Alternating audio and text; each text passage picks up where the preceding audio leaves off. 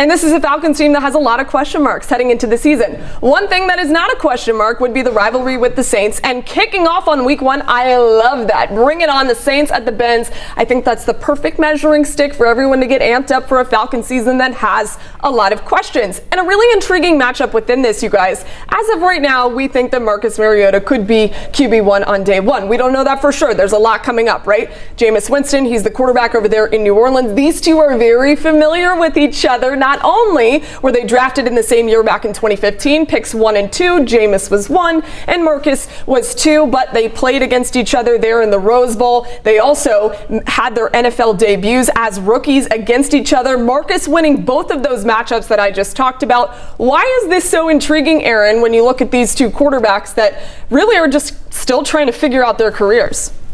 I think that's exactly why it's still an intriguing matchup. We thought, you're talking about that Rose Bowl game 7-8 years ago. We thought these two guys were going to be superstars in the NFL, and they've had positive moments in their careers, but it's been very up and down for both of these guys. Mariota now in Atlanta on his 3rd NFL team, Jameis Winston on his 2nd one with the Saints, and they're both trying to sort of get their careers back on track and get that trajectory.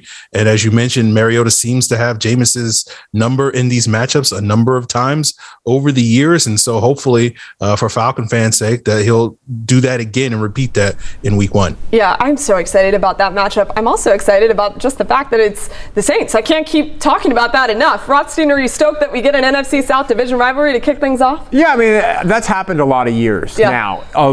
In recent past, the NFL really seems to want to focus those first couple of weeks, the last couple of weeks on division matchups because those are the most familiar ones that they've got. Sure. I do think it's good though that they do face the Saints in the first game of the season because it is a new. Sean Payton's gone. Remember that. This is Dennis Allen.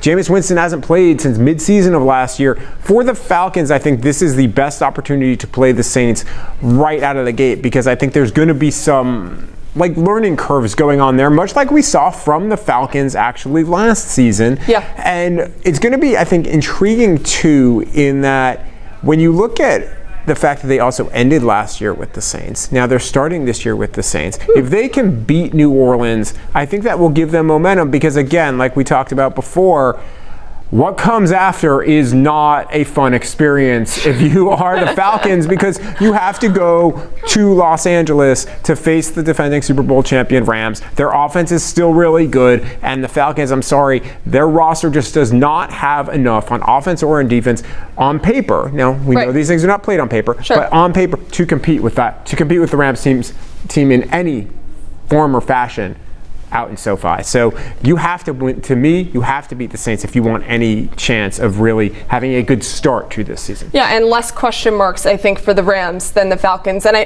think one point I want to make about the Saints is that Dennis Allen being a new head coach, what's great about that is Sean Payton, the previous coach, he bullied the Falcons over the year. Maybe this change will be a change for Atlanta too. I guess we'll find out. Guys,